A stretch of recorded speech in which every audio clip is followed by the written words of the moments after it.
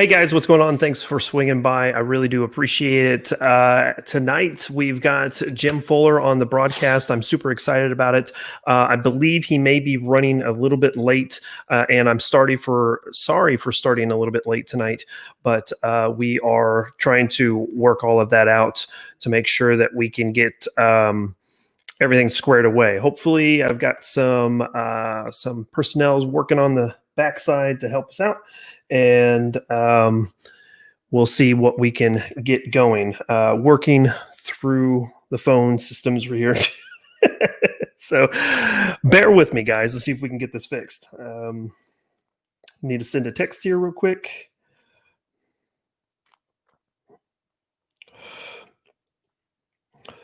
Okay, so with that being said, we have a lot of stuff going on. I mean, there is a lot of shenanigans going on in the world. Obviously, with the election, we've got some stuff going on with social media stuff and people doing things with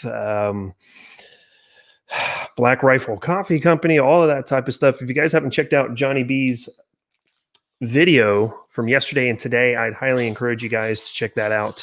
And naturally, we have the click clack of my dog getting into her bed. So bear with me on that, guys. It's kind of a train wreck right now, but that's okay. That's okay. I've got some friends helping me out trying to get Jim squared away. Hopefully, and we'll find out here in just a second. If not, we'll definitely reschedule to make sure that we get Jim on and all of that jazz. What I want to say first and foremost is a huge thank you to Mandatory Carry for dropping in the $2 super chat. Thank you so much. You've been a big supporter of the channel, and I really do appreciate it. Coffin jumping in there right behind him, the Grim Reaper, Joe Morgan. Good to see you guys. A lot of chat already before the stream even started. You guys are awesome. Dr. Cat Milk jumping in there as well. Tufu is in there. Good to see you. And thanks for the help ahead of time. Sharker Shooter as well. And Heath Adams. And Brian. Hi, Brian. Cheers to you, sir. Tonight I am drinking some water because I've already had a nightcap. A friend of mine had to do height and weight and passed height and weight standards for the Army. And yeah, everything turned out. So we had a big feast tonight and had a whiskey. Angel's Envy whiskey, if you guys are interested in what is going on for the drink tonight. GG, LFG, GG. Good to see you. And high cap clipazine. What's going on, brother? All righty. Scott P79, good to see you. And I just jumped down to the end, so I may have missed some people. Art, always great to see you. He's got a really good comment there. Art saying the amazing thing about Mandalorian is how they don't have helmet hair. That is not a thing with me. I can tell you that right now. I will say that I got 2 compliments of my hair today, which was really, really nice. But unfortunately, I'm going to get my hair cut tomorrow. So what is going on with everybody out in the stream? Tell me what's going on your guys' side. Naturally, we're going to be talking about AKs tonight. Hopefully, if everything works well and Jim's able to join a little bit later, we're going to be talking to him and asking some questions. I've already got some notes right here. But I wanted to take a second to say a very special thank you to a local guy here to me. He's been a follower of mine for about the last 3 years, and he was overseas not too long ago, and he ended up sending me a care package. If you guys are interested in sending me anything for the channel or anything to review, I've got a snail mail address down below. But he sent a little letter here talking about all the different things, and he was in Romania and was able to get into the Culier area where the Cugier factory is. If you're not familiar with the Cugier factory, that is the production facility for the Wasser and the RH10. So he was able to pick up a couple of different things. He got me this magnet right here, which is a Cugier magnet from Romania, which is pretty cool. He got me this little Orthodox Jesus Christ to kind of sit at. It's got a little thing on the back here. You can just kind of set it down, which is pretty cool. And then a unit patch as well. So I want to take it. I just wanted to take an opportunity to I want to take an opportunity to say a huge thank you to Kansas Law Dog for sending me those things. Naturally, I want to get over to the comm block areas and check some things out. I may even, if things can calm down for 2021, if we can get travel restrictions lifted, I may be looking into seeing if I can get an opportunity to fly overseas and take a tour of a facility. I've got an inside track, and I am really super interested in that. So I did get word that my helping hand is working on it with Jim, and that he is laughing very hard right now. So hopefully we will have him on here in just a second. Ashley, good to see you as always. Clayco, always good to see you. Thanks for jumping in. Running into some difficulties here with trying to get Jim up on board, but we are working on it. I would say 10.5 is great for 300 blackout, but 11.5 is the way for 223556. I would say 12.5 for 223556. Realistically, in between that 11.5 and 14.3 range there, I don't really think that it's going to matter too very much. Oh, Rachel's in the house too. What's going on? Both of you are up in here. Good to see y'all. Good to see you guys. Tufu in there saying that he loves some cougars. Yeah, we're talking Cugier. Cugier stuff.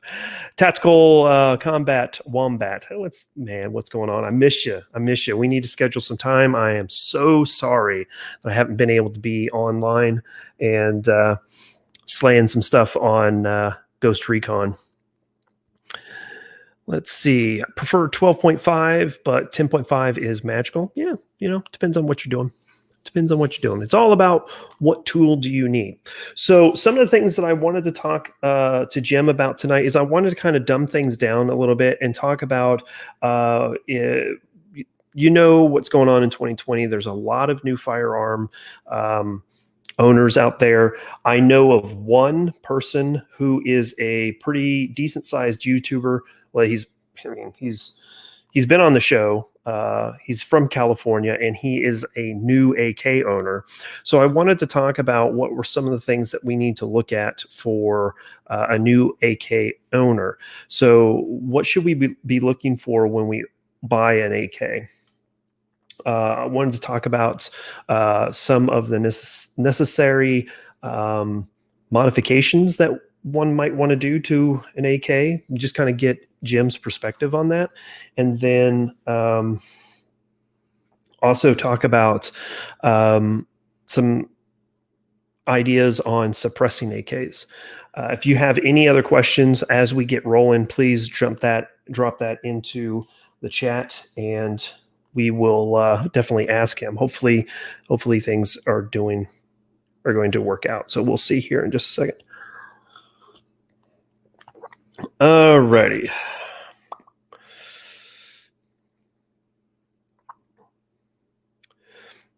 Looks like Wombat just finished Assassin's Creed Valhalla. Oh man, how was that?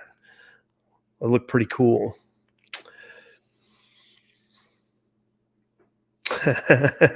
GGLFGGG saying, speaking of AKs, you know what we have on hand, don't we? Yes, we do. Yes, we do. I'll have to get some pictures of that when I'm home. So I'll probably be back that way Wednesday night. FYI, GG, LF, GGG. Got Wood Joe. What's going on? Good to see you. Good to see you. So let's talk about a couple different things that is going on with the channel. I was hoping to launch a whole bunch of videos last week. Unfortunately, my time right now is getting swallowed up with a whole bunch of different things.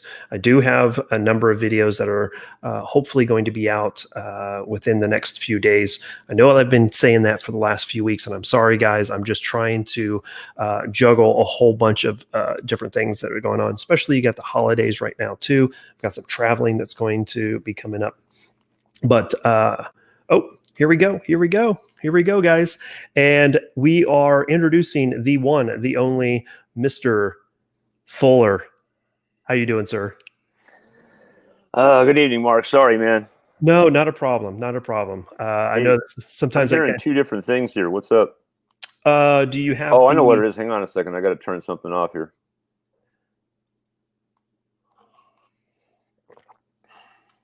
Hello? You got me? How's that? You got me? Yeah, I got you. Okay. I think we're good now. Awesome. Sorry, man. You know, I came before the internet, so yes, absolutely. Caught up with it. I totally understand that, and I'm still just grateful that you're able to join us tonight. So thank you so much for your time. I really do appreciate that. I appreciate it, man. You know. Yeah. So first and foremost, we have to talk about FullerPHX. You have made your way down to Arizona, and you have launched FullerPHX. Tell us about that. What is going on so far with that new endeavor, and what can we expect moving forward? If you have some time to talk about that. Well, you know, everybody's favorite excuse is COVID. Yeah, you know? I had planned on having guns out 6 months ago, but you know, that thing got in the way of just about everything you try to do these days. That and you know, developing new parts. You know, I'm fortunate now that I have resources I never really had before, so I'm able to develop a lot of things that I wanted to do before and couldn't, restraints or whatever. But it's a little bit different now, and I get to do that stuff, and that stuff is coming. It's not quite there yet, but we're getting there. And you know, I'm sitting on several sets of parts to you know, put out a line of guns after the first of the year. Sometime we're hoping for February right now. We have 4 different models we want to do. And, but again, it's all a matter of developing everything, bringing everything together and fighting the COVID fucking battle and all that bullshit, you know? Yeah. Yeah. Talk about, if you wouldn't mind, naturally you don't have to get into the specifics about it, but how difficult is it for you on the developmental aspect of some of these parts that you're trying to pull together? Is it something that is just kind of, does it come to you naturally, or do you have help with it, or how does all of that pull together? Well, yeah, I do have help with it. Obviously. I mean, I have ideas and stuff from working with I've been working with a gun forever, you know, more than most people have. Most people have been alive, but the thing is I'll have an idea in my mind of what I want that gun to do. And I have some really good people here that I work with now, engineers and designers and stuff, that can go into the computer and put my idea right under that thing. And then that thing can go over to this guy over here with this machine, and he can make that thing. You know, it's the most amazing thing I've ever seen. I used to have to sit for hours prototyping shit on my fucking lathe and mill. You know, now it's like the magic of science, you know? Yeah. So, yeah. That's pretty awesome. But it is, and it's nice to be able to do that. And you can find your failures quickly. You know, the whole 3D printing thing now, metal 3D printing, amazing stuff. You know, it really is. And it's just, like I said, I just feel gifted to be able to have the opportunity to do it at this stage in my career. Absolutely. Absolutely.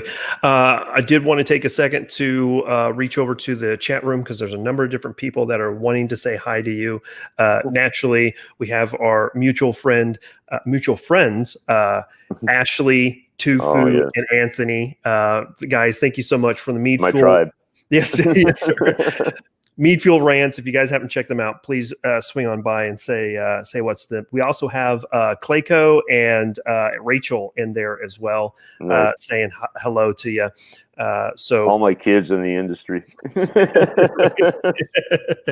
Everybody jokes around in the shop and said, "Man, you got all these kids running around the industry now." I said, "Yeah, whatever." You know? Yeah. So for those of you that may or may not know, Jim and I, we got to hang out in January this year. You were gracious enough to open your house to myself and some other friends, and thank you for that.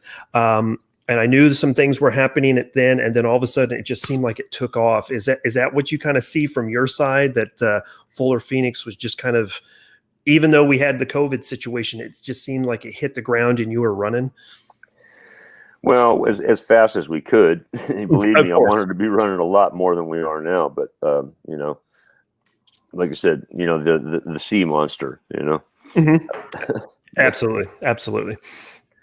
I'm just reading through some of the chats here. It says, Tufu saying is, here's another fun fact. Google PP19 Viktor Kalishnikov. That's Jim's project before he came to the USA. God. Yeah, he cracks me up. So he's always starting rumors on the internet, that crazy little Asian dude, you know. He did warn me earlier today that he was going to troll us. So I thought that was actually a legitimate question, and then as I read it, I realized, yeah, he got me. So, Jim, 2020 has been a wicked year. Obviously, I think everybody can agree this has been one of those strangest times to live in quite some time. I know that a lot of people have went out and purchased their first firearm, and I know of a few people that have actually went out and purchased their very first AKs. One of the things I wanted to kind of do for this live stream is maybe kind of bring things down to a little bit more of a basic level for people, and talk about, if someone's going to go out and purchase their first AK, what are some of the things that they should be looking at to make sure that they're purchasing something that's going to work well for them? Well, one thing, the internet will just confuse you. That's true. You know, and it is hard, especially right now, because imports, I mean, everything is so bought out. You know how it is. I mean, you can't find ammunition, you can't find guns, anything like that. But if you so happen to run across a store that has a rack of AKs in it, whatever brand it is, that obviously makes a difference. But these days, it's like kind of take what you can get, it seems like. You know, if you're going into a big box store, usually about the best you can hope for is probably going to be a Wasser, and to find one of those on the shelf today is probably going to be hard. Mm-hmm. But generally, that's a good gun, and I think you can still get them for around $1,000, maybe a little less than that. I don't know. I haven't priced one for a long time, but it's made in Romania in a comm block factory, and it's one of the more quality controlled guns out there, which basically doesn't quality like, you know, Romanian here, Russian way up here, East German even above that. But still, you know, it's just the way the market is right now. The most important thing, though, to look at the gun is look down the gun and make sure it's straight. Generally, if a gun has been built with poor quality, you'll be able to see that the barrel may be, you know, a little bit off center to the left or the right, maybe even up or down, depending on how the trunnions are riveted. And the same thing with the stock. Your blocks might be canted on the blocks. I mean, you know, a lot of guys have gotten it down. They're doing it pretty good, but they're doing it pretty good these days. But there's still a lot of hacks out there. I mean, I was, you know, Travis had a AK class all last week. It was like 6 days of AK training. And there were guys that had their guns going down in the class. And it's like, of course, they ended up, you know, getting me to fix them. But it's, man, the quality of some of the stuff that I've seen is just horrible, you know. And what was some of the issues that you were seeing the most frequent of? Basically just worn out parts, for one. And the other thing too, like just, you know, guns that are built one of the most popular ways to make a gun run is overgas it, because if you put enough gas on it, it'll run whether anything else is wrong with it or not. So you got a lot of overgas guns. I mean, we had one out there that a guy came in. I actually re-riveted his rear trunnion because the trunnion had blown out, and he replaced it with machine screws. Or he had. First thing I thought was that he drilled and tapped the trunnion. I was going to tell him, no, it ain't going to happen. You destroyed the trunnion, and but he had at least put machine screws with nuts on either side, so he didn't damage the trunnion, and I was able to rivet it for him. But I mean, when you got guns falling apart like that, yeah, it's just sad. It really is. It's a sad state to see the industry in. Yeah. And it's tough right now because of, just everything has been gobbled up. I mean, correct me if I'm wrong, but even trying to find parts kits is extremely difficult. Well, it is. It's horrible. Yeah. I mean, there's Romanian stuff, but I mean, the Romanian stuff that's on the market now is really kind of worn. It's been around for a while, and it's really the best you can hope for. If you want to build Galils and things like that, but when I talk about straight AK pattern, AKM pattern guns, that's not a Galil. We plan on making a trip over to Eastern Europe after the first of the year to look for ourselves and see if we can find things that we can import ourselves. We have the people to do it and the resources to do it. So we're going to probably try that. If the COVID restrictions are lifted in the places we need to go, how that is. You go there, you may have to sit in quarantine for a week before you can intermingle with the population. I don't know. There's a lot of weird rules like that going on all over the place, and we just kind of have to see how all that stuff shakes out. We know there's stuff over there to be got, and if nobody else is going to import it, we'll go over and get it ourselves. Yep. How difficult is it to ship? Let's say you found a batch of trunnions, hypothetically. Is it very difficult to bring those into the United States? Is there R22? Is it 922R compliance issues, or how does that work? No, at this time, the way the system stands, as long as you're cutting up the barrel and the receiver, the rest of it might as well just be scrap metal. It really doesn't mean anything. I see. Yeah. Now, with depending on how this administration shakes out, that could change. Of course. Yep. And, we all know that. I don't want to go down that road right now because it's just not something I want to contemplate right now. As it is, it's not that hard to import that kind of stuff. You just have to make sure you're dealing with good people, that you get, because let's face it, you're dealing with countries where, Eastern European countries where you may or may not know the people you're dealing with. And I wouldn't necessarily do this if I wasn't comfortable with the people that I was dealing with, because you just don't know what you're getting yourself into. Yep. So, totally. But it can be done successfully, and we're going to do it if nobody else will. That's one way to do it, man. Freaking corner the market right there. Don't tell me you can't. There's always a way, right? There's always a way. I don't care. I was raised to believe that by good men that proved it. There's always a way. So before you got onto the live chat, I did have a friend of mine who was just in Romania, and he was able to send me some little trinkets, but he just had that Q-Gear magnet right there. That was really pretty cool. I did have a question that was asking about the Q-Gear Dragos. Are those in the same factory as Wassers that you? I don't know. Probably. There's the way things are broken up over there. You never really know anymore. It's like in Hungary. The FEG plant. That plant broke up, and those machinery went to several different places. And there's still people producing stuff off of them. But is it really FEG?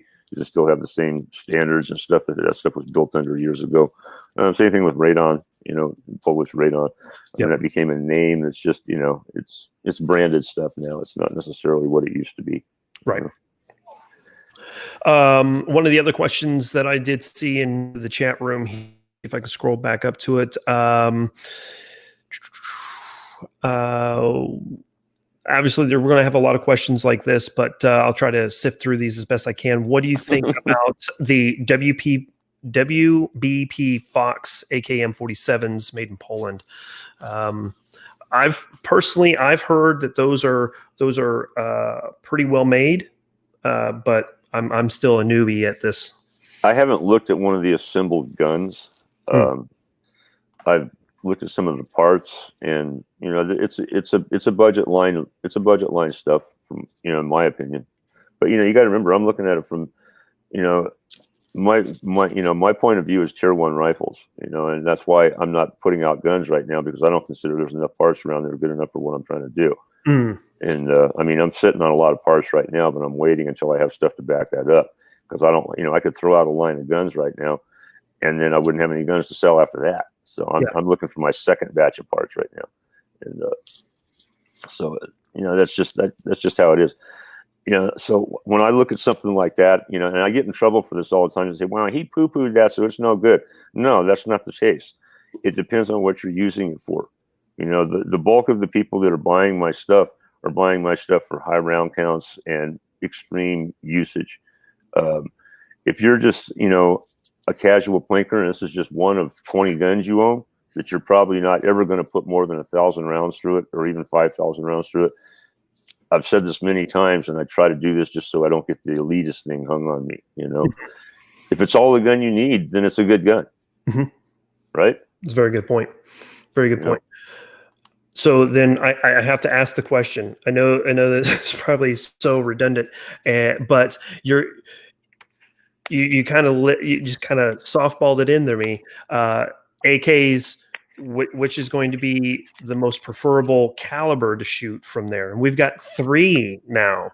We have obviously 7.62 by 39. We have 5.45 by 39, and we're starting to see more and more 5.56 NATO. 5.56. I'm guilty of some of that. So obviously, I from my perspective, purists would probably be 7.62 by 39. I know that I've got a kit sitting in my spare bedroom that's a 1988 Izzy 5.45 kit, and I'm excited to see about getting that assembled.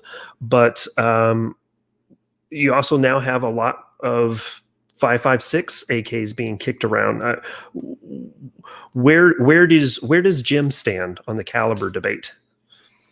Well, I've always I bought an Arsenal 106 CR probably 15 years ago, just because I felt that if for some reason, I've been around a long time, and I've seen ammo bans and ammo shortages and this and that, and if I ever thought for some reason, because for years nobody made very much AK ammo here.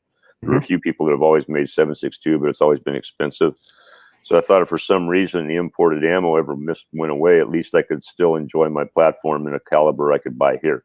So that was always my philosophy for having it to begin with. Now people say, "Oh God, it's blasphemy," and really, from a builder standpoint, from an engineering standpoint, it's way too high of a pressure round for the AK design. So that's what makes it tricky to build it and build it right. Most of them are extremely overgassed without even trying, because it's just the nature of how it works. And I can't explain it. I'm just a hammer and nails guy. I'm not a scientist. It's just it's a rough gun to do. Especially the shorter you make it, the harder it is to make the gun work well. Right. And then you throw a can on top of all that. It's like, oh my God, now we're really fighting it. So chat room jumping in here saying that you are a 5.45 guy. Is that? I am. You are, and you prefer that over 7.60 by 39? It's depending on what you're doing, but for overall, yeah. Yeah. How much does 5.45 and 5.56 differ when it comes to the AK world? Obviously, we've already talked about the pressures, but I've heard a lot of people say that 5.45 is not as a good of a caliber from a rifle, that it just doesn't perform as well as 5.56 when it comes to terminal ballistics. Is that something you even? I would say about? That's based on the bullet availability. Okay. The most effective rounds that we have available, military surplus, is 7.6, which is stuff they mothballed in the 80s, 40 years ago. They were using that in Afghanistan. It wasn't, and it actually does some pretty good. I've shot coyotes with that ammo. And it's pretty devastating. It does a lot of damage, but it's nothing like what they have now. And of course, here in America, where 5.56 is our caliber, you have how many different types of loads, how many different types of bullets.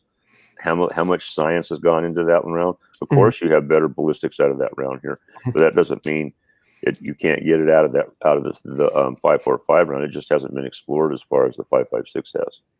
You know. So maybe that's what we need to do. We'll work together and we'll start exploring the 5.45 round. I'd just be happy to find some parts for that shit. You know, that's true. You're sitting on a gold mine with that Russian Izzy kit you got there. Yeah, you know, I was looking at, somebody was asking me about building one today, and so I just pulled up Gunbroker and searched AK-47, AK-74 parts, and it's like I think the bidding started, the cheapest bidding started was like $1,600 or something like that. And most of them were up over $2,000, $2,500, $2,600. I'm like, holy fuck! These things wasn't that long ago. They were only $3.25. You know. Yeah, and I can tell you that, you know, I just bought mine a few months ago. And for those of you in the chat room, I sent Jim a note and said, hey, I've got two choices here. What should I do? And he helped walk me through all of that. So thank you.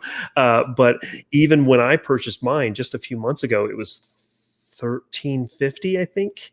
That'd be a steal by today's standards, man. Yeah, I looked just last week, I believe. I was just piddling around, and one kit that I saw was buy now for $2,200, and that was a Bulgarian kit, and I was just like, oh, wow. Yep. So building AKs, where does someone start? Obviously, that's kind of what your deal right now with FullerPHX is. You haven't started producing rifles yet, but you do have the option for people to send you kits. Is that correct? Yeah, we've been, and actually we're not accepting anything right now because I've got plenty in-house to work on right now for a while, and I don't want to take in any more until I get some of it knocked down. Okay. But because of the lack of decent parts, you know, we've just opened up the work for, if somebody's sitting on, like in your case, you know, you're sitting on a nice Russian kit and you want to get it built up to, you know, into its original condition, whatever, you know. And of course, because of the fact sometimes barrels aren't always available, receivers right now are like, I generally only use Childress receivers, and they're back ordered at least 3 months now. Wow. So I've been telling people, look, if you've got everything, if you have your kit, you have your receiver, you have a barrel, I'll take it in if it's a good quality matching kit, that type of thing. You know, I've turned down a lot of stuff because people are just piecing together.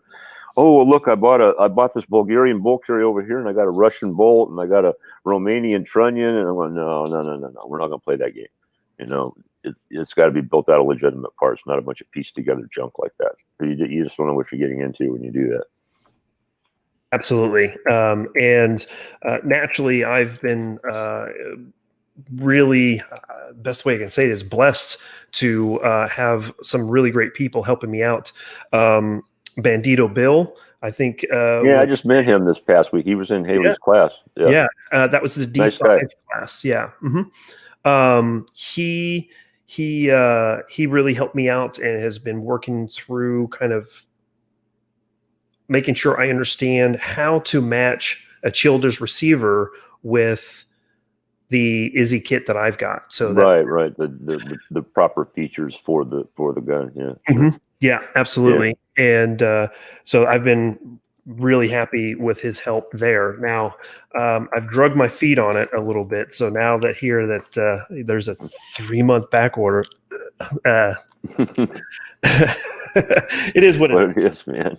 It is what it is at this point. So, at least they're still producing them. That is true. That is true. So hopefully I think I just go ahead and bite the bullet on this one. No pun intended, but, and go ahead and get that ordered, probably this week. So, I've got the money to do it. So might as well go ahead. Yeah. 22 Cheapster. He's a guy somewhat near to you, there in that part of the United States, asking build classes. Anything going on with that at the moment? Well, again, you know, that all depends on parts. You know, I had planned on having them this year, but again, we don't have really parts to do it with. And we do plan on having them again one way or another, but more on that soon. You know, it all depends on what we find out right after the first of the year. is there a possibility for individuals who already have their parts kit pulled together um, to pull together a class like that, or Yeah, is that is the case. You know, that can be done. We do private. I've done quite a few private builds since we got set up down here. Private classes with 1 to 3 people type of thing. Mhm. You know, so if you have friends that have all their stuff together and they want to come in and do it, yeah, we can arrange that. Oh, outstanding. And it's on a case to case basis. Based on time that I have and what the complexity of the builds are type of thing. Mm-hmm. Outstanding. Let's see. Great question. I already know the answer to this, but GTM jumped in here and says, I have a video uploaded for tomorrow of shooting my Zastava OPAP out to 825 yards on an IDPA steel target with decent hit ratio. Furthest consistent hits for you, Jim, what would that be? For me, probably just short of that distance. I think I was shooting at 750 with a 5.45 and a red dot. And once I found my holdover, it was, man-sized targets on steel every time. Dink, dink, dink. Well, it was more like dink. There is that longer than normal. But I will say, I watched Travis Haley when we were playing with some shit at the range like that one day. He had my DMR, and he took it out to 1,000 yards and fired a 20-round mag at a 200-yard bullseye target. And we got down there were 8 hits in the bullseye. Wow. Or in the black circle, which is pretty big on a 200-yard bullseye target, but still there was 8 rounds on paper. And it was cool because they were oval. If you think about it, I mean, they were being lobbed in. They were coming down, on a trajectory. So the holdover was, I think, 31 feet or something like that. Good night. But he did it. He almost had like a 40% hit factor. Yeah. Even at 600 yards, I've seen some video of people shooting out to 600 yards with 7.62 by 39 and see that. I'm not sure what the technical term is it, but the vapor trail of that round, you can see it arc in to that target is pretty remarkable. So let's see. I'm going to see if there's any other questions in here. Any chance Jim could ever have Casey from RD come work for him? Up front, I guess. I'm not sure. Talked on the phone. Anyway. No, probably not. No. Yeah. Let's see. The trace. Thanks, Ashley. Trace. Okay. All right. So one of the other questions that I wanted to bring up is we've talked about people who are maybe new to AKs, purchasing their first AK, whatever the case may be. If someone wants to tinker with their own, what are some of the modifications do you believe that someone should look to do on an AK? What do you think? What is Jim's must-have changes to an AK? Well, again, depending on the level of quality, just say you bought a Wasser, as a rule of thumb, which may or not be. The Wasser it's a decent gun, but it's not the most well fitted gun, not the most perfect, neat gun. So most likely you'd want to try to work with the safety. And I put videos out. They're all over the place. I don't know if you look around, you'll find them, but just bending the safety away from the body is just a piece of spring steel. And you can make that safety a lot smoother to work just by doing simple things like that, or maybe just grabbing pliers, just bending the tip of it, not necessarily the whole thing, just a pin. You got to sometimes twisting it will help too. There's just weird little things like that you can do to make it better. The sights, a lot of times people find that the sights are the sight notch on the rear is like way too narrow, so open it up with a needle file. It's not a hard thing to do. Just make sure you keep it centered. And I mean, those two things right there will drastically improve your gun. And if it's a decent built AK, you're going to be getting 3 or 4 MOA at 100 yards, and that's combat effective. That's all those guns are intended to be. So if you're expecting more than that, you're buying the wrong gun. Absolutely. Which I always like to say. You know what the requirement is for a rack grade M4 or rack grade AR-15 in the military? Yes, I do, but I'll give you 4 MOA. Yep, 4 MOA. That is correct. So it's at 100, combat effective. That's all you need. that's absolutely right. For those of you in the chat room that may not quite understand the difference between what 4 MOA is, think of it as an inch for every MOA at 100 yards. So 4 MOA at 100 yards would be a 4-inch grouping. So about, we'll call it about that. Yeah.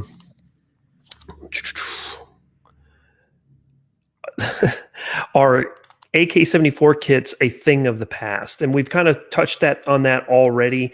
Yeah, I mean, as it stands right now, we've talked about prices. It's hard to find them. If you do find them, they're going to be a couple $1,000s at least. So I think I saw. Oh, go ahead. I'm sorry. Go ahead. Finish up what you were going to say. Oh, I was just going to ask you another question, but I can get to that here in just a second.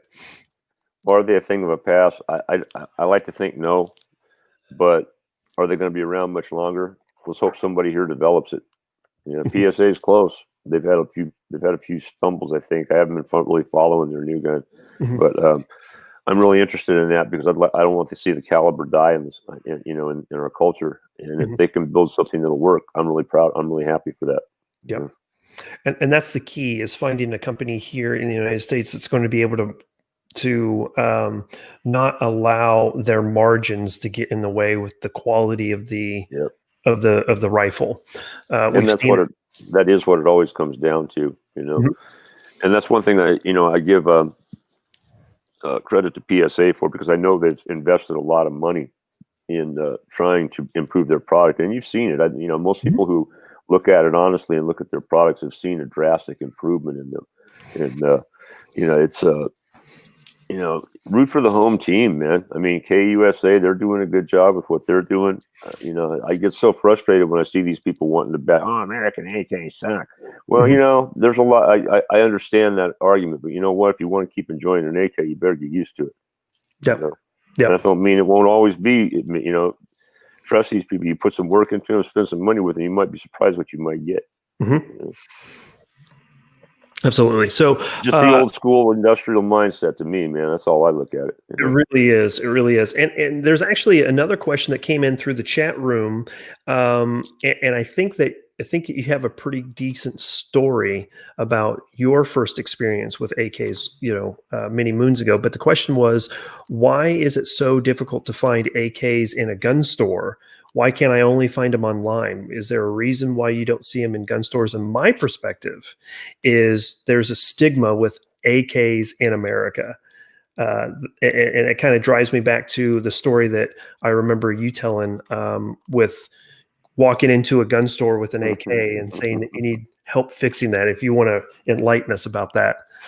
Yeah, you think it's bad now. It ain't bad now compared to what it was, back in the 80s. Because you got to think of the timeline, and most of the gunsmiths of the time a lot of them were Vietnam veterans, and you walk into their shop and say, hey man, I got this gun, I need some work done on it. And you pull out this AK, Chinese AK, and they're like, get that motherfucking thing out of my shop before I beat your motherfucking ass. How dare you? What kind of fucking communist motherfucker are you? So, excuse my language, but it's what it was, Yeah. And it's like, whoa, shit, this dude's pissed. I better go.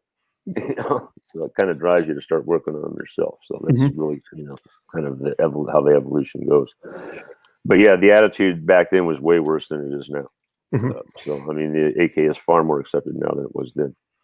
I mean, the only reason it was big at that time was because you had the Chinese imports and you could buy one for $200 and the ammo was 3 or 4 cents a round. I mean, who wouldn't like that, Yeah, exactly. And it's funny because I remember getting a comment in one of my AK YouTube videos, and it was, I remember when I could buy an AK in 1988 for $350. And yeah, that's about great. what it was then. Yeah. But then I sat back for a second and I did a Google search and I was like, what would $1988 be in 2019. So this was last year when I did it, and it ended up being like $600. I think if you did the conversion from what money was worth back then to now. I thought that was actually pretty interesting. Well, let's put it. I mean, think of it like this. I remember I wanted to go buy another AK, so I went down, and I had some money in my pocket, and I walked into Beach City Armories down there in Manhattan Beach or Hermosa Beach, and here's the Type 56 AK on the wall, and right above it is that SVD, that Russian SVD, and the Type 56 was $212, I think, or something like that, and the SVD was $350. And I had enough to buy the SVD, and I looked at it and I went, wow, that's one of them like Russian sniper things. And it's like, nah, fuck that. I can buy two Type 50. I could almost buy two Type 56s for the same price, which I did. And I'm still kicking myself in the ass today for not buying that, because there was only ever 100 of those fuckers imported, Wow. So, woulda, shoulda, coulda. Yeah. Mm-hmm. I mean, a real Russian SVD, Mm-hmm. Yeah, absolutely. Wow, that's amazing. Those guns are Clayco, probably $20,000 now if you can find one. if you can find one, yeah. And I'm sure there's not too many people that are willing to offload those, since there are so few imported. Yeah. Usually what you see are the Tiger version, the shorter version that came with a like 100 type package. It didn't have a flash hider on it, different type stocks on it. It was 18-inch barrel instead of 21. Those are pretty common, but the original SVD, there was only 100 of those, and that was it. Yeah. Clayco had a question kind of following the same lines that we were just talking about. Even today, what would you say is the most common misconception about the AK? Still that it's inaccurate. I think I hear that more than anything. And again, we just went through that whole conversation of combat effective accuracy. Mm-hmm. And a lot of that comes from, again, the Vietnam veterans. They hated the hell out of that gun. And the people they were fighting with probably had guns that had 300,000 rounds for those pipes, and they were smooth bores, so they probably weren't very accurate at all. Mm-hmm. But, in jungle warfare, when you're probably only fighting from, feet, just a matter of inches away, maybe, it doesn't much matter how accurate that gun is. So. But, and just our general hatred of it. Yeah, it's an inaccurate piece of shit. You can't hit anything with it. Well, give me a mag and go out to 400 yards and let me see what happens. Do you think that you have to, from your experience, you've been around it for a very, very long time, is there anything that you really need to do differently in shooting an AK as far as sight picture, sight alignment, trigger squeeze, or anything like that? Or if you have the basic fundamentals, is that still going to translate into shooting an AK?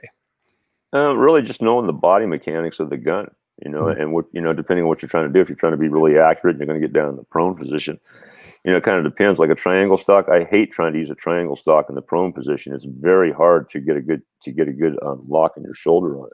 It just sits too low. Now an M4 stock on the back of an AK in the prone position works really well, but it's all about the body mechanics, and of course the standard fundamentals of sight alignment, sight picture, trigger press, breath control, blah blah blah blah blah, all the things that we've known about for years. But yeah, learn the mechanics of the gun and adjust your body towards it. Don't try to force something you've done with another gun on the AK, because it's a different gun and you have to hold it different. I mean, without tweaking and twisting somebody, it's kind of hard to explain that right now on the camera and stuff. Of course, yeah. So I from what I'm hearing, you're saying triangle stock not so good, wire stock even better. You really like to torture yourself, don't you? Yeah, no, I would never do that. Those things in full auto, man, they bang your teeth so bad. It's like, they're rough. Yeah. The only worst one is like the AMD.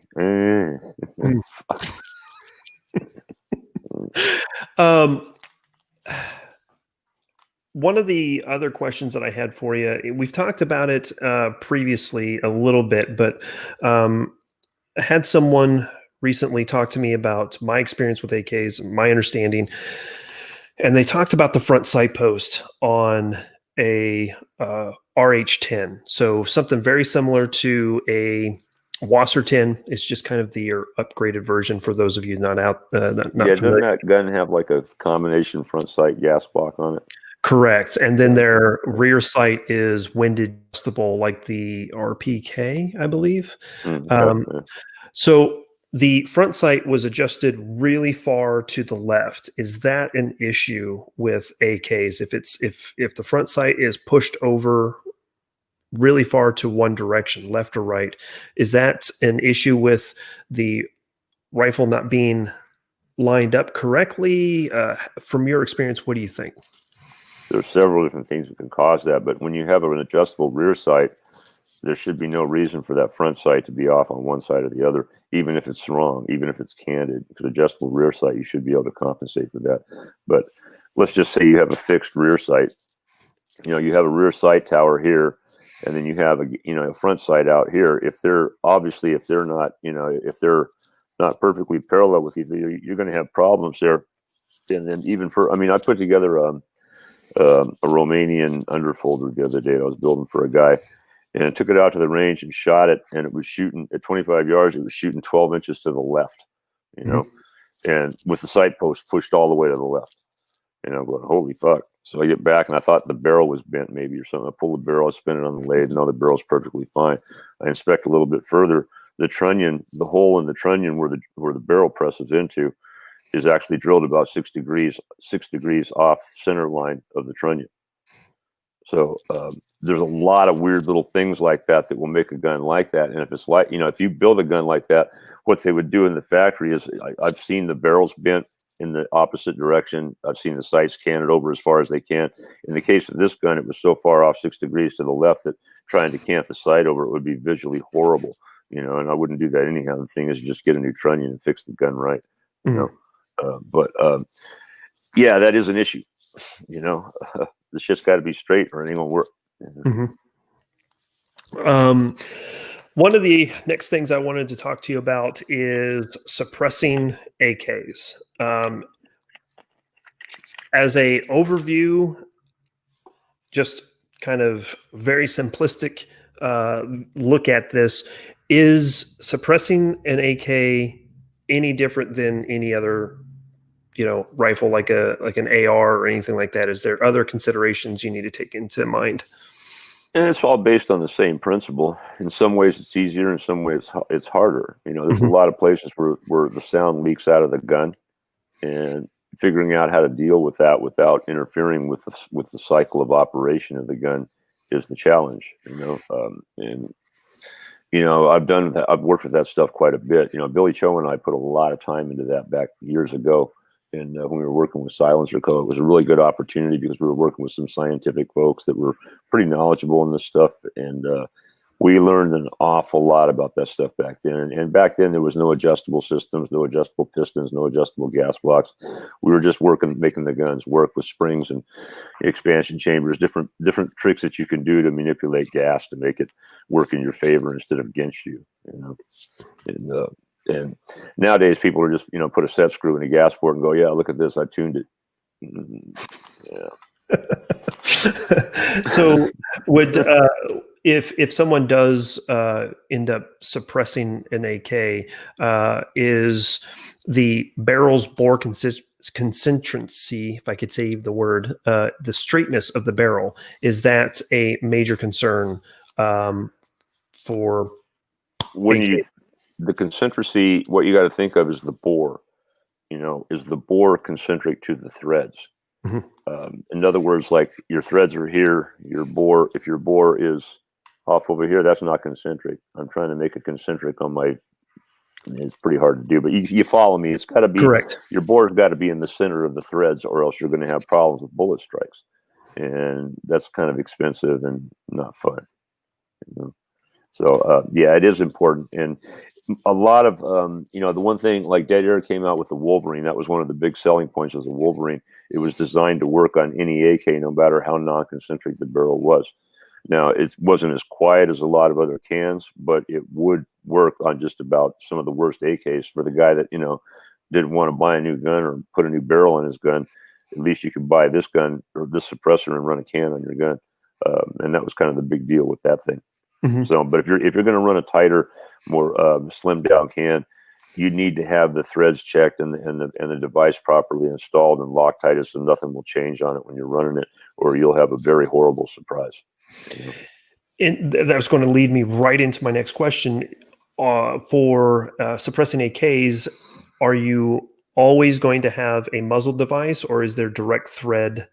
No, you can do direct thread. Can you? Okay. And there's certainly nothing wrong with that. Most people prefer a muzzle device, because some guy a long time ago made the 14.5 pin muzzle device popular in this business, and so now everybody does it, and so it's if you're going to have a device there, make it one your suppressor is going to clip on and off of, because you can't have direct threads in that regard, or else you got an SBR. Of course. Yep. And then other components that you should consider if you didn't want to spring for the, I believe it's the KNS adjustable gas piston. That's a good aftermarket fix. Is it? For not just running a suppressor, but for an overgas gun. That's a very valuable part for that kind of stuff. Now there's no need for one if you build a gun right to begin with. But for most cases, if you buy a gun that's overgas, that's going to be a big help for you. Or if you buy a gun and you run a can on it, it's like, oh God, this thing's overgas now. That piston will help you. Those guys did a pretty good job with that. The next item would be would a different recoil spring, would that help out as well? It can, but again, now you're starting to mess around with the cycle of operation on the gun. You change one thing, it affects something else. And yeah, a heavier recoil spring will work, but now you take the can off, it may be a little bit too much for the gun. It's all a balance of, if the gun's going to be full on suppressed only all the time, then you set it up one way and you don't worry about it. Set it up for the easiest way to run it. And most of the time when you do that, if you take the can off, the gun's not going to run very good. Right. So it's counting on the can as part of the cycle of operation of the gas system. So it's just the way it works. I did have Howling Frog just jumped in here with a $5. What a name is that, man? I'm picturing that. Wow. Howling Frog. He wanted to say thank you to you. He dropped a $5 super chat. Thank you so much for supporting the channel. And he just said that he wanted to say thank you because he just had his 701 out at the range yesterday, and he just absolutely loves it. So cool. He wanted to say thanks on that. You're welcome, sir. I did have another question, and I hope this isn't a tricky question for you, but someone was asking if about. It is, I just won't answer it. Okay, that's the way it works. We'll do that. We'll do that. No, man, you're all right, man. You know that. I wouldn't be here if you weren't. One of the questions we had coming in: new AK. Someone interested in purchasing a new AK. Is there anything that they need to stay away from? Anything that you recommend them not looking at? I don't necessarily want to talk about necessarily brands, but is there anything that you kind of cringe when you hear it? Well, yeah, I don't want to get into brands because again, that you get into trouble with that. I mean, most people know the different tier structures of these things, and it's really all on what you can afford. So man, that's a tough one to answer. I mean. The one thing I would avoid is guns built by somebody that have no reputation for building a gun. Because I'm going to tell you right now, the AK is such a brilliant design; it can be built horribly wrong and still work, just not very well, and not for as long as the time, and could be dangerous. I mean, some of the stuff that I've seen that have come through. I mean, one of the guns I've seen this weekend that, I was really kind of surprised that a guy would spend the money to take a class with Haley, and they're not cheap. He travels from a different state, got a hotel room, the whole thing, and then shows up with a gun that's just like, where did you buy this thing? And again, it was just something that was thrown together by somebody in their garage or something, and the gun was falling apart on him. It's sad to see that, you got so much invested into going to an experience like that, and then your equipment fails you, So I would say, if anything, avoid that. I mean, it's like the idea of, oh, hey man, it's okay, come over, we'll build you a custom gun. It'll be everything that's cool. You really want to do that? I mean, if it's going to be a hobby gun, it's for fun and you don't care, sure, go hang out with your buddy and build a gun. Yep. I mean, I started out that way too. I just carried it a little bit further. So I Yeah. mean, there was no place to teach people how to do AKs. You had to figure it out on your own. What was the first thing that you had to buy when you started building your own AKs? The rivet tool machine. Mm. And there was a few different ones available on the market, and I tried several of them before we kind of settled down on the AK Builder stuff, which has kind of become the standard. A lot of people use that particular product, and it's overall it's a pretty good product like that. I mean, now I have a lot more modified stuff and a lot more different things that we do here, but it's still all based on the same tools that I was using 15, 20 years ago. Outstanding. Kevin Niven jumping in with $10 super chat. Thank you so much. He did have a question. He's having difficulties trying to find 545 by 39, an AK chambered in 545 by 39. Obviously, yeah, exactly. It's really hard. Any advice you got for him at all? Gun broker and have a fat wallet. It's the only way you're going to do it right now. I mean, I don't know how to tell you any other ways. I mean, you were talking about it at the beginning. You bought your kit a while back, and it was still $1,300. I was looking at them on just parts kit on Gun Broker just today. I was looking at them, and they were anywhere from $1,600 starting bid, which is going to go higher than that. Most of them were up around $2,400 for a parts kit, no barrel. The ones that had barrels were more like 27 to 3,000 and up. Russian was like 4,000. I mean, it was just insane. People are just charging what they can get for it, and as long as people pay it, they'll keep doing it. There were a lot available if you want to spend the money. Myself, sure. I just it's hard for me because I've been around and seen this. I mean, it really wasn't that long ago. I mean, it wasn't a year ago. You could still buy those parts kits for $350. Maybe a year and a half, 2 years ago now. I don't know. Time flies when you're starting a new company. Yeah. GGLFGGG says, is an 80s Norinco AK with the original wood furniture, including the shooter stock, not desirable anymore? It's desirable to anybody that wants it, and there are guys out there that want it. I mean, those are the ones I cut my teeth on. I personally like those guns. The only one I still have is I have a Type 56 S2, the side folder version. And I don't even really shoot that much anymore, just because it's a nice copy, and I don't want to mess it up. It's just kind of like an heirloom to pass down to my boys, But yeah, they have a lot of people. If it's a nice clean one and you have a lot of the parts, there's collector value to them. There's still people that really like them, and of course, there's people that hate them. Oh, they rust. Well, yeah, they're blued, and anything that's blued rusts very easily. One thing I will say about the Chinese guns, I'll say, oh, they're cheap pieces of junk. Well, yeah, they came in 1980 and they're still here, aren't they? So I mean, after 40 years of banging around, they're still working. They're not cheap pieces of junk. There's something there. Yeah. I can tell you that I know specifically which rifle that he's talking about, and it's new in the box. So that S2? Yeah. It's clean. Yeah. It's clean. So, Billy Joe found that gun for me. God bless that young man. GTM had another question here, and he put it to Zastava OPAPs, but I think most generally it's going to be a great question for all variants, but he was asking specifically about the OPAPs entering into the high round counts, and was curious to what he should be keeping his eye on. Well, I don't really have a whole lot of experience with those guns. I just don't really use them too much. But the general rule of thumb is you got to watch the metallurgy and that stuff.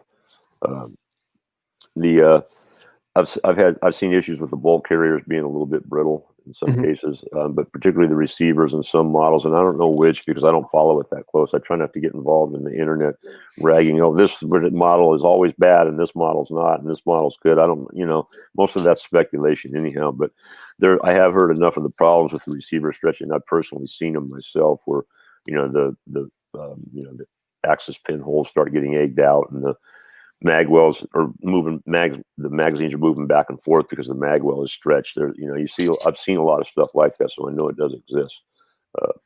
There's people that will say, "Well, that's why they use a 1.5 millimeter receiver." I don't know. Again, I think a lot of internet speculation. I'm no engineer, and I'm no scientist. I just know how to monkey this shit together. And, it's some of the stuff I hear though. I just got to go, where did they get this shit from? Oh, my God, whatever. It's Yeah. the internet, you know. Yeah. Heath Adams, he says, why pay so much for a parts kit when you can pretty much buy whatever out there for $2,200? And I can tell you from my perspective is I had an opportunity to buy a piece of history. And that's kind of the way that I look at it. You know, a 1988 Ishmash AK-74 kit. Yeah, it was a lot of money, but given the opportunity to hopefully maybe one day link up with you and possibly build this with your supervision would be an awesome experience. And then I would have an 88 as well. I'm actually finishing 3 of those right now. Oh, really?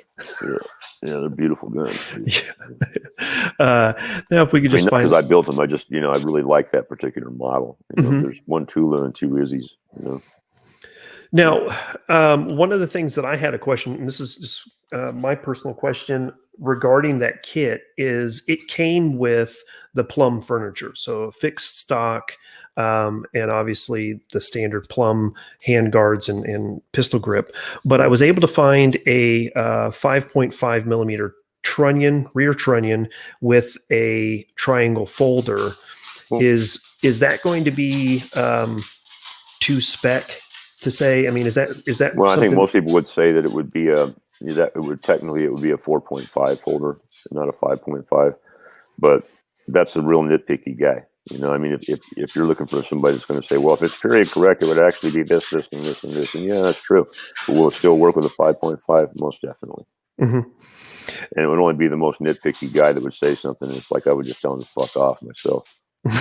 If it kind of works, it works. You know? Yeah, but that's me. Sorry, you know. Yeah, I'm sorry, Mr. Collector. I didn't mean to upset you. Yeah, Gabriel. Yeah, that's actually not my dog drinking. That's my dog walking around. So I'm sorry about that. That's her nails clicking on the floor. So yeah, I see you. I see. Dogs make the world good. Oh yeah, yeah. She's right by my side all the time. So I think it's almost time to get her outside. But let's see, going to, yeah, it's going to be invaluable if we're able to make that work, Heath. That would be pretty awesome. I'm trying to just see if there's any other questions in here. I know there's tons of questions I've probably missed, and I'm sorry, guys, if I've missed your particular question. But oh, yeah. Great question from Kirby. I think I know the answer to this. Does Jim have any favorite optic / mount combos for 7.62 AKs? I think typically you like to do the gas tube rails. Is that correct? Yeah, for the most part. But I do have a 4-power ACOG with a 7.62 reticle in it that are running an RS regulate side rail. And when like I've been running that on my AKE lately that I got from PSA, and just because it's a full length barrel, and I can I was testing it for accuracy at the time. But yeah, I find that scope. A lot of people poo-poo the ACOGs because they're considered old school, and well, I am old school and I don't care. I like them, but it works well, and the you get it zeroed right. The stadia lines on it are actually quite good out as far as 600 yards. So I use that quite a bit, actually. Yep. I will say on the side mounting options, the 2 brands that I've come across that have worked extremely well, you've already said one, RS Regulate. That's my preferred go-to. Yeah. But also Midwest Industries worked out well. They do make a stout one, yeah. Yeah, they made a really good one. I will say that if you are putting something on the side mount, that you want to make sure that you tighten it down pretty tight. Otherwise, you're going to get some wobble and some accuracy issues. And I think that's what I've kind of came across with my AKs in doing my accuracy test. Yeah, not all scope rails are the same, so you do have to adjust them if you're moving it from gun to gun. Not all rails are the same. I don't care what they say. Let's see. Ashley says ACOGs are old school now. That's what somebody told me. Why are you running an ACOG? That's old shit. It's like, well, it works, doesn't it? I'm old, so I don't give a fuck. No, Um, Mark, we had this discussion off camera before. Ludwig saying PSA AKE. Yes, he did mention that. That is the enhanced, or the enhanced version of their GF3. So it's going to be the chrome line barrel and all the forged parts. Right. So it's, I would say to this point, I found it to be a really nice rifle. For the amount of money that you pay for that gun. I mean, when you look at what else is on the market, really, I mean, I've put probably close to 2,000 rounds on that gun since I had it. I wanted to do a lot more, but I just haven't had time, Sure. And right now I'm not going to spend the ammo. I'm just not, so. Are you having issues with ammo right now at all? No, we can find it, but I'm kind of a miser like that. I got a lot of ammo because I sit on it when I need to, Yeah. and then I can enjoy it when I want to, and I can afford it, and you can easily replace it. Yep. So. Another question came in here. Did Norinco put the Bakelite furniture on any AKs that came over to the United States, or was it just there? Yeah, Did lots they? of stuff. Yeah. So I'm going to ask you a really quick, tricky question here, and so if you were able to find some Bakelite furniture, some Chinese bake stuff, would you take the Norinco and swap out the wood furniture that came with it to that Bakelite stuff? I mean, yeah, if you wanted, it's all see, to me, once again, I'm not a collector type. If I want a gun a certain way, it will be that way. I mean, I've got a Polytech Mac 90 that I rebuilt, and it's Parkerized with plum furniture on it. And people look at it and go, "How could you do that to that beautiful gun?" I said, "Well, to start with, it was a Mac 90. It had a thumbhole stock on it. It was a piece of shit, but it was a Polytech AK underneath it. So I wanted to make it into something I liked, and I liked it's Parkerized with plum fucking furniture on it. Now my son has it. It's his gun. He took it from me. So, but hey, it's all in what you like, man. If you like it that way, build it that way. If you're purist, don't do that. Somebody will probably have a reason why. Oh, see this little stamp right here? This stamp never had Bakelite on it. It only had wood, so this is not a correct gun. Don't do that way. There's that guy out there that will be upset with you if you do that. If that worries you, don't do it. Absolutely. Let's see. Hey, Rabbi, good to see you jumping in there a little late. Appreciate you swinging by. Good brother. To see you. Mike, we talked about that earlier in the live stream. So if you could go back to probably right around I would say probably around the 20-minute mark on the live stream, we talk about the Polish foxes. Yeah, let's see. So what else do you really want to get out to the world when it comes to the AKs? Obviously, you are a major proponent rather, for the AK platform, and believe that it's a great rifle. What is your driving force behind that? What do you want people to understand and realize the most when it comes to that rifle? Well, it was, in my opinion, the best fighting rifle ever made. Mass produced far more than any other rifle ever. 4 to 5 times more than any gun, even the M4. Worldwide accepted as just not as much here. It just is, and that's why I've always focused on trying to build the best version of it that I possibly could here in the States. Whether it meant changing it from my own ideas, my own designs, which I've done a lot, and now everybody else does too. I'm proud of that. But we have some new stuff coming out that will take things even a little bit further. Yeah, that's going to be exciting to see. Absolutely. Let's just say we're refining things a bit. I did have a question earlier, and I just totally spaced it, but I just remembered when it comes to AK magazines, what are some of the things that really people should stay away from? I'm not necessarily the different brands or types. I've gone out and spent a lot of money on buying a whole bunch of Bakelite AK mags. They're nice. Yeah, I think they're cool. Yeah, they are. But is there certain things that people need to look at when it comes to an AK magazine to know whether or not it's going to be good or if it's probably seen better days? Well, when it comes to, you got to look at caliber here. That's a big thing. When it comes to 7.62, I usually recommend people buy, Eastern Bloc metal mags, or Chinese flatbacks are good too. The thing is with those, they're really easy to tell. They're almost indestructible. I mean, I've got Chinese flatbacks from the 80s that still work perfectly fine. Same thing with, Romanian, Polish mags, Russian mags, Bulgarian mags, whatever. Just various different metal mags from all over the world that just, I mean, even if you get a dent in it, you can pound, if you can pound the dent out from the inside, that's fine. It'll fix it. If you can't pound it out, drill a hole where the dent is, it'll start working again, Now it's a training mag. Okay. I mean, well, people are cutting their mags all the shit anyhow these days. So drilling one little hole in it, I guess ain't gonna be no big deal. But metal mags for 7.62, hard to beat. Yeah, bake lights are cool. They look great. One thing I found about bake lights is I had a loaded one that I dropped on concrete in very cold degrees in sub-freezing weather, and it cracked.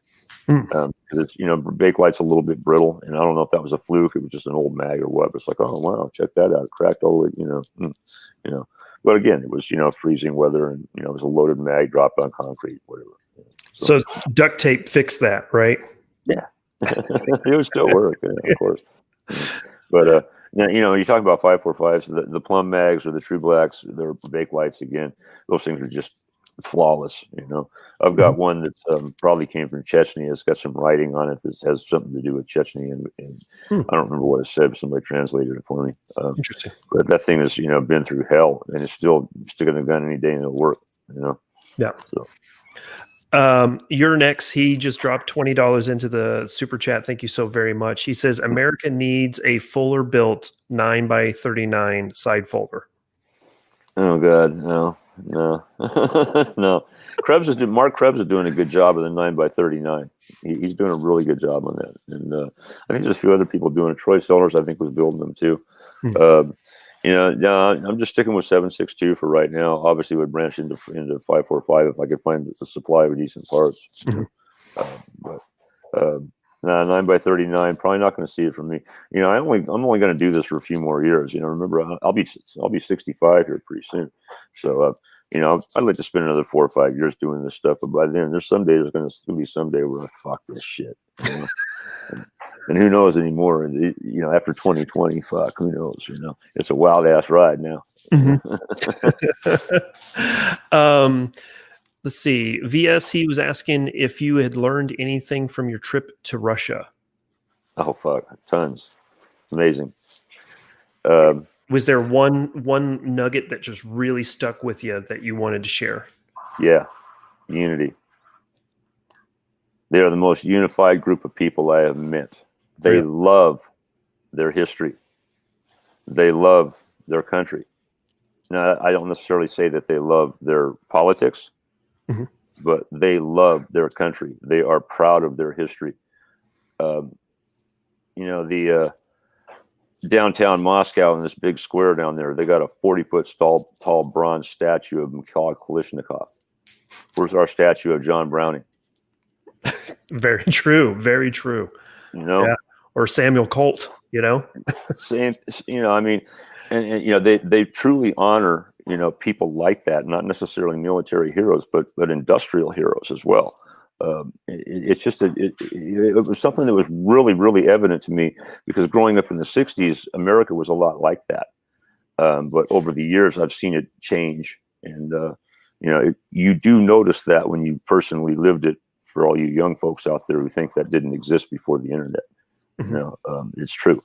But it was really evident to me. I actually posted a video about it. I got up one morning after I'd been there for a few days, and I was just, having some tea and the smoke out on the balcony and thinking about the stuff, and it just hit me. And I did a video. It's on my Instagram page, I think, back a year ago, or whenever. But it was very obvious. Everybody I talked to there, you could tell the patriotism toward their history, towards their culture. As we went around to the different museums, all the different people that I spoke to, that I could speak to, I'm just a, American tourist, but it was an amazing experience that I'll never forget, and I hope to be able to go back soon. Coming back through customs was kind of interesting too, but that's another story altogether. Probably to be shared around a campfire and some vodka. Yeah, man.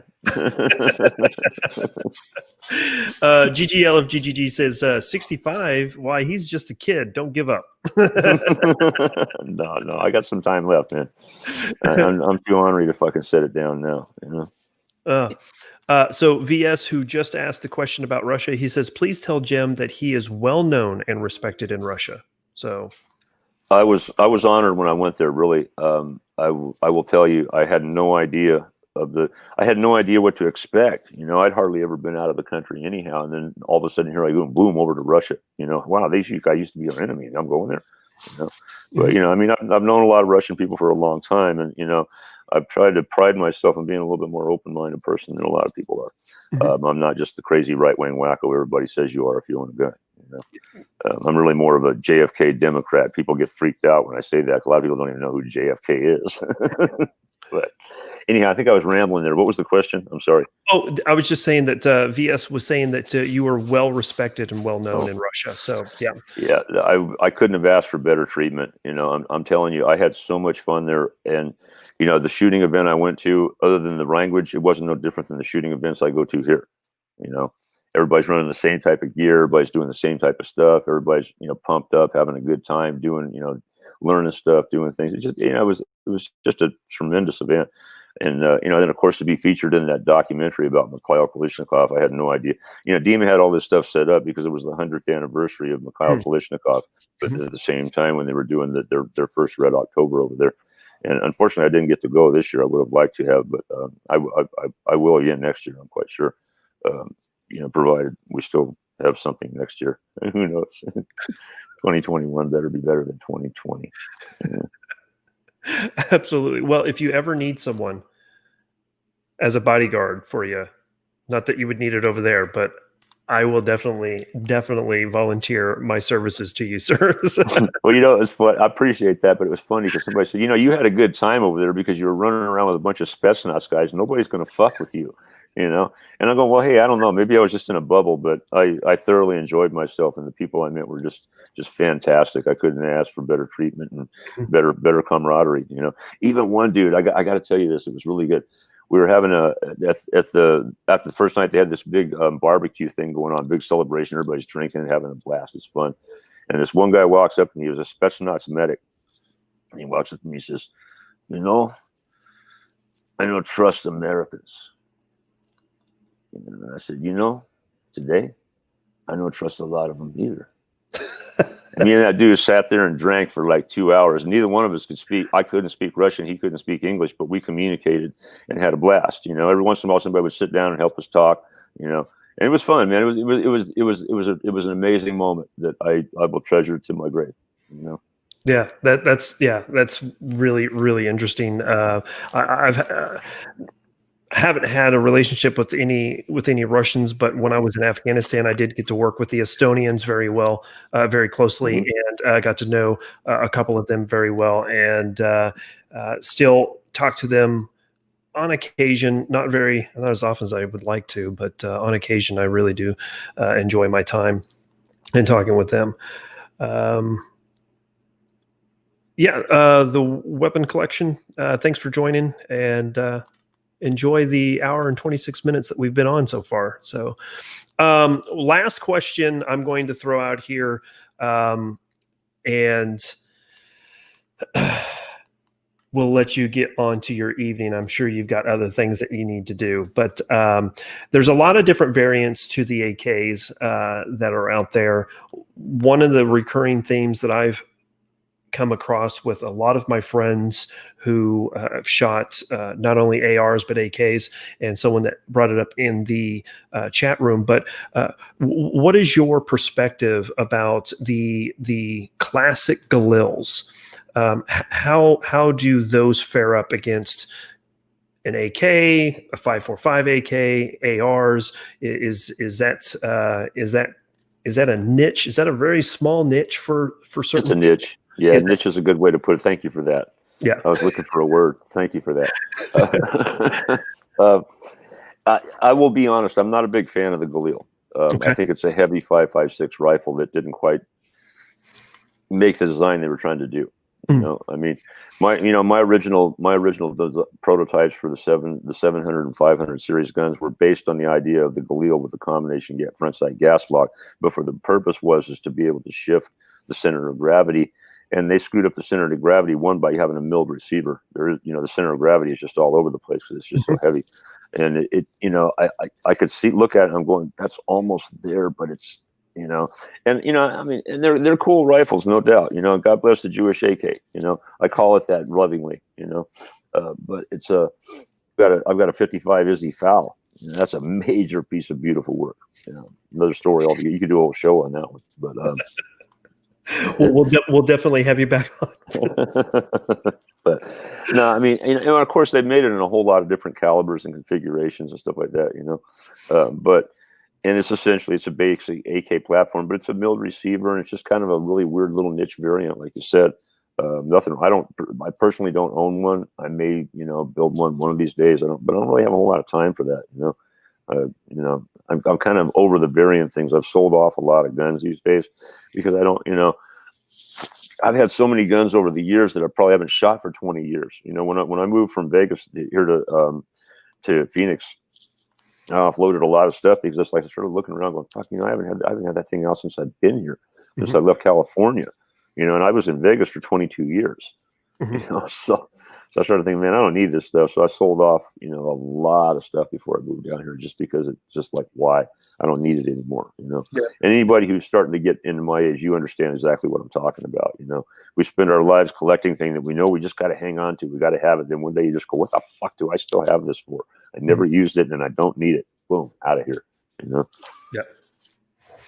I lied because I saw this question earlier, and I do need to ask it because I'm actually interested in it as well.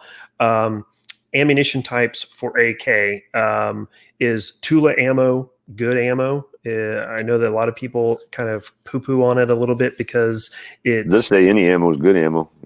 That's a good point. That's a good point. But no, it's generally known for being probably the least consistent, shall we say? I mean, I've seen primers smashed in sideways on that stuff, and backwards. I dare say that you could probably take 10 bullets, pull the bullets, and measure the bullets and the powder. You probably get different powder loads out of each one. I mean, just look at when you're shooting a magazine. You see every once in a while you get a big blast of flash. That's because there's a whole lot more powder in that round in that casing than there was in the last one. It's not your gun doing that; it's the ammo doing that. Yeah. Is there I know for 5.45, the 7 and 6 is what you prefer. Is that correct? Yeah, good stuff. Good stuff. Is it still easy to find? I mean, obviously you can find the 10s on Gun Broker, and it's, I haven't looked lately because I don't need to, but. And I don't know what it was going for around, I think $250 for 1,000 rounds, about the same prices, good, 5.56 training ammo. But of course, I know 5.56. I don't even, like I said, I don't price ammo, but I know it's up through the moon right now, and I don't know what levels it's at right now. But I do know it's still available. I've seen it available. Yeah, I just bought 1,000 rounds of 5.56, and it was $650. For brass case? Yeah. 60 cents a round. Yeah, that doesn't surprise me. I mean, I've been buying PKM ammo because I just built an M84, and we've been stockpiling ammo for that, and it's running about 50 cents a round for that stuff too. And we used to get that stuff for a quarter a round, but it's just everything's it's what it is. At least I could find it though. There's a lot of that available. I guess not a lot of people have PKMs, or they're not running their Mosins or whatever. I don't know. It was about 3 weeks ago. I bought a spam can of Red Army Standard, and 760 by 39. I believe it was somewhere between 250 to 275 is about what I paid for it. But that's not 1,000 rounds. I think that's what I think there's 700 rounds in those, aren't they? 750 or something like that. Yeah. Something like that. Yeah. So at this point, like you said, if you can find it, get it. Yeah. Yeah, maybe, it's been such a bad glut. It may be a long time until the ammo market recovers. Usually it takes about a year on the most part for this stuff, but after this one, man, it may take even longer than that. Some of the people I've been talking to say that, the the availability of things, raw products and shit like that is just really bad right now. For instance, they're not making I guess the mines that have that make some of the products to make primers with have shut down. So primers, I guess, are like the most precious thing you can try to find for ammunition right now. Pretty funny how those are not considered essential businesses. Huh? Yeah, it's very Let's interesting. not go down that conspiracy theory road. I'll do it. I've heard a lot of speculation on availability, anywhere from 6 months to 2 years. Well, I know, Dylan, the reloading presses here in town. We're friends with those folks there, and right now they're back ordered for a Dylan press. They're back ordered 1 year. Wow. Yeah. Good night. Okay, so Cree jumped in here with a $9.99 super chat. It says, "Hey y'all, happy to tune in." He does have a question. What is the best mount for a flashlight when I want to keep wood furniture? Can't find the answer. Well, in the past with wood furniture, I've just drilled holes and bolted a piece of pick rail on the side of it, to mount a flashlight with. I mean, it's a pretty simple and easy way to do it. Yeah, you got to drill a hole in your wood handguards, but what else are you going to do? I mean, there's a couple of different things on the market where it's like a barrel clamp type of thing that'll clamp to your barrel and give you a rail attachment or a ring to attach to your flashlight. I don't like attaching things to the barrel myself.